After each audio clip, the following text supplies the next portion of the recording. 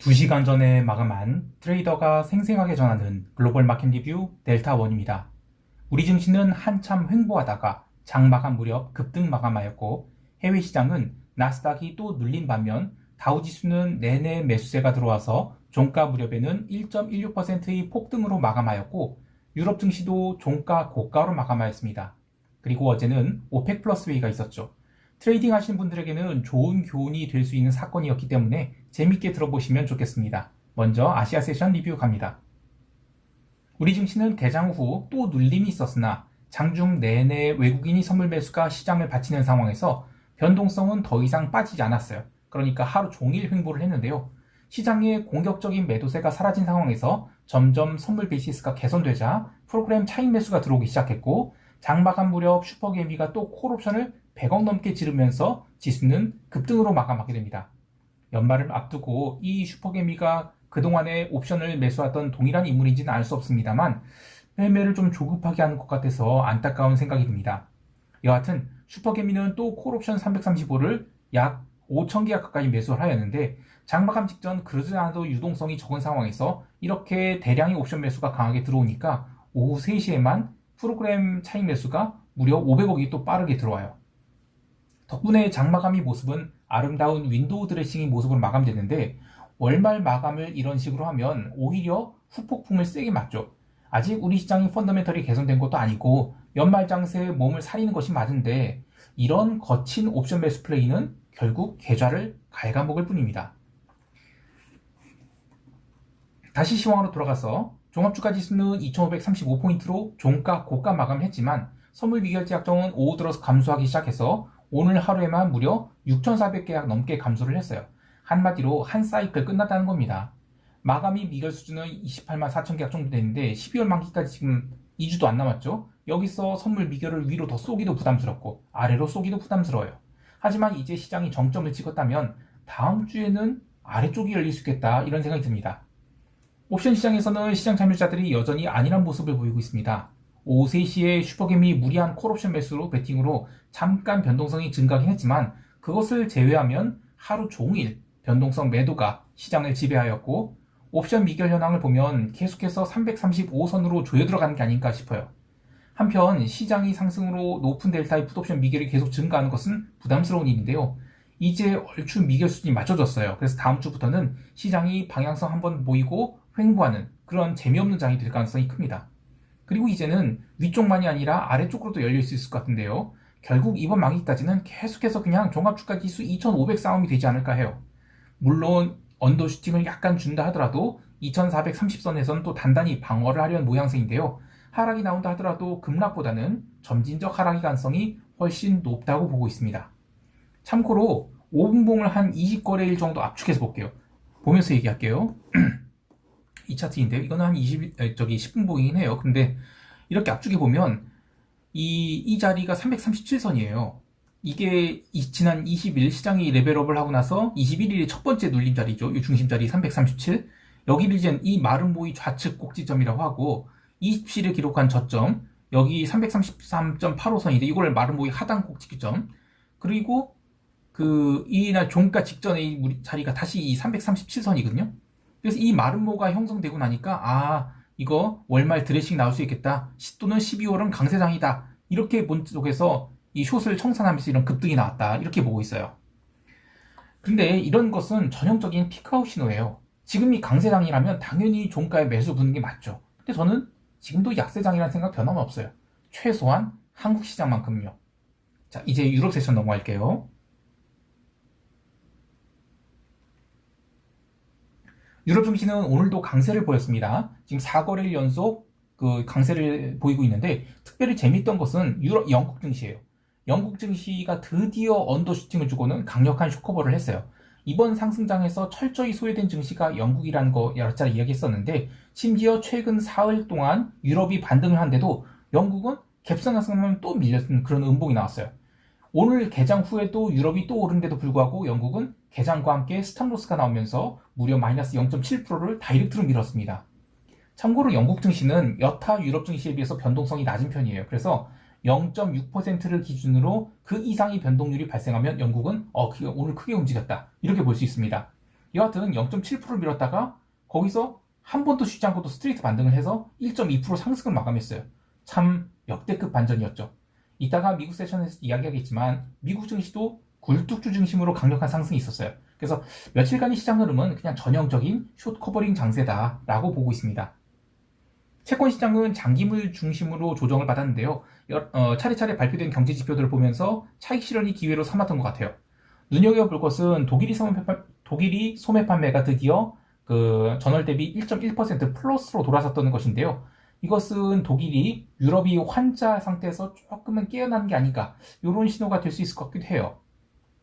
이후 발표된 미국의 그 PC 물가지수는 컨센서스 수준으로 나왔죠. 그래서 지수 선물이 일시적으로 상승하긴 했는데 지속성을 보이진 못했어요. 채권 시장은 오히려 PC 지표 이후 차익 실현이 나오면서 얻어맞기를 반복했죠. 하지만 모두 월말 장세와 같은 흐름으로 매크로 이벤트에서 움직였다라고 볼 수는 없겠습니다.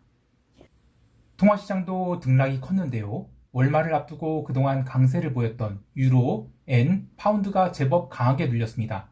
마찬가지로 특별한 이벤트가 있어서 눌렸다기보다는 월말 달러 수요로 올라간 것으로 보고 있어서 이런 실수요에 의한 흐름은 의미를 둘 필요는 없겠습니다. 마지막으로 오늘의 하이라이트 오펙 회의 이야기를 해보겠습니다. 데이 트레이딩을 하시거나 이벤트 트레이딩을 하신 분들은 재미있게 보실 수 있는데요. 오펙 미팅을 앞두고 시장은 화요일부터 롱베팅이 시작됐죠. 수요일에도 롱베팅이 강하게 들어왔는데 미국 원유 재고 발표 이벤트를 두고 제법 강한 조정이 나왔어요. 이벤트 소멸 이후 싹 다 말아올려서 매수세를 키워갔고요. 오펙 미팅 당일에도 아시아 세션에서 이미 1% 넘게 유가를 올려놓은 상태에서 시장은 긴장을 시작하게 됩니다. 오펙 미팅은 저녁 8시에 시작하지만 장관급 회담은 밤 11시 반에 시작하는데요. 그 전에 자잘한 노이즈들이 계속 흘러나왔죠. 참고로 오펙 미팅은 엠바고 이런 거 없는 것 같아요. 찌라시 엄청 돌더라고요. 의견 충돌은 있었지만 그래도 100만 배럴 감사는 합의할 것 같다 이런 뉴스가 있어서 그런지 장중에 눌림에도 불구하고 선물 매수가 꾸준히 들어왔어요. 하지만 옵션 시장을 보면 미팅을 앞두고 지나치게 뚱뚱한 상황이었습니다.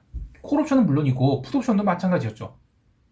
달리 이야기하면 미팅 결과는 그래 롱으로 본다. 그런데 충분히 하방 해지를 해놓아서 그동안에 쌓은 롱 포지션을 미팅 결과가 시원찮든 아니면 차익 실현이 나오든 한꺼번에 까지 낄 수도 있는 그런 상황이었던 것입니다.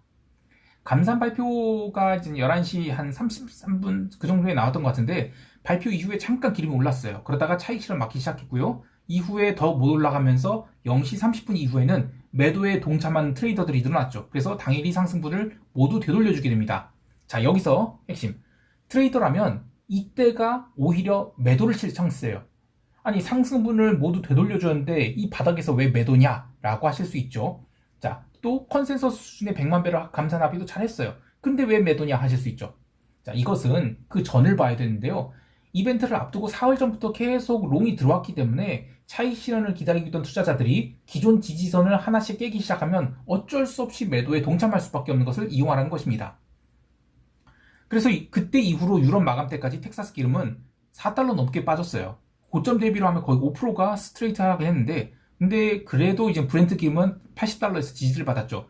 오늘이 저는 월말이 아니었다면 그 시장은 훨씬 더 빠질 수 있었다라고 봐요. 아무래도 이제 월말이고 해서 이 정도로 언더슈팅이 마무리된 것 같은데요. 참고로 오펙이 감산 합의를 한다 하더라도 실제 생산량 짓게 되는 걸 보면 이거 순입으로만 뻐꾸기 날리는 것 같아요. 합의를 했다 하더라도 지키지 않는 것에 대한 강제성이 없죠. 결국 사우디가 총대를 메고 감산을 하거나 수요 증가가 받쳐주기 전에는 유가의 의미 있는 상승은 어렵다라고 할 수 있겠습니다. 이제 미국 세션 넘어갈게요. 미국 지수 선물은 유럽 증시 추가 상승에도 불구하고 얼마 오르지 않았어요. 그나마 미국 PCE 물가 지표 때 잠깐 올랐을 뿐 본장 개장 때는 조금 이상한 흐름을 보였죠. 아시아 세션 시작 후 조심스럽게 반등하던 것을 나스닥 선물만 모조리 반납하고 시가 약세 출발을 하게 되는데요. 그에 비하면 러셀이나 다우 지수는 시가가 계속 강세 이후에 또 잘 버텼어요. 본장 개장 후 나스닥은 더욱 빠르게 하락하기 시작했는데요. 개장 후 30분도 안 돼서 중요한 지지선인 15,950포인트까지 내려왔는데 이후에도 제대로 반등을 하지 못하고 현물 매도가 계속 쏟아지면서 알고리즘 매수가 한 템포 쉬는 새벽 3시까지 스트레이트 하락을 하게 됩니다. 장마감 1시간을 앞두고 윈도우 스레싱 차원에서 현물 매수가 들어오면서 나스닥도 어느 정도 반등에 성공하긴 했지만 기본적으로 3대 지수, 다우, S&P 뭐 나스닥 이런 것 중에서는 나스닥만 하락을 했다는 것이 핵심입니다. 나스닥의 하락 종목을 보면 지난주부터 약간 이상하게 느껴졌던 브로드컴이 또 빠졌고요. 엔비디아도 마이너스 2.85% 하락, 메타도 마이너스 1.5%대 하락이 나오는 등 주로 매그니피션트 7 주식들이 하락을 했어요. 이는 지난주부터 연중 신고가를 갱신하던 종목들이 하나 둘씩 처맞기 시작하는 게 이건 전형적인 꼭지 신호라는 생각이 들었지만 변동성은 또 좀처럼 증가하지 않았죠. 그래서 아직 의미 있는 하락은 아니다 이런 생각이 들었는데 오늘 이 시장 흐름은 이른바 매그니피션트 7 위주로 하락을 하고 나머지 S&P 493 종목들은 잘 버티거나 올랐죠.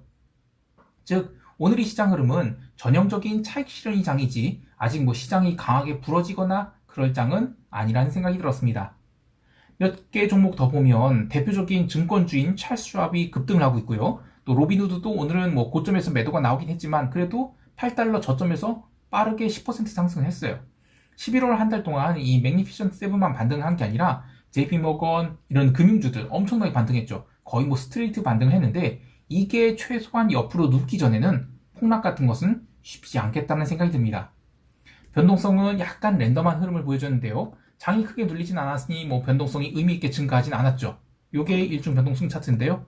뭐 그냥 뭐 살짝 오르긴 했는데 그렇게까지 오른 건 아니에요. 그래서 저는 그래도 이 구간에서 변동성 선물을 매수하려는 투자자들이 좀 있었다는 걸 보는데요. 13.95포인트 그리고 14.05포인트의 12월물 변동성 선물을 분할 매수했어요.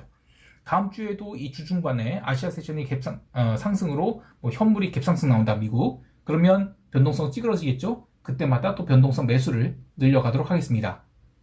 이제 시장 총평하면서 대응 전략 이야기할게요.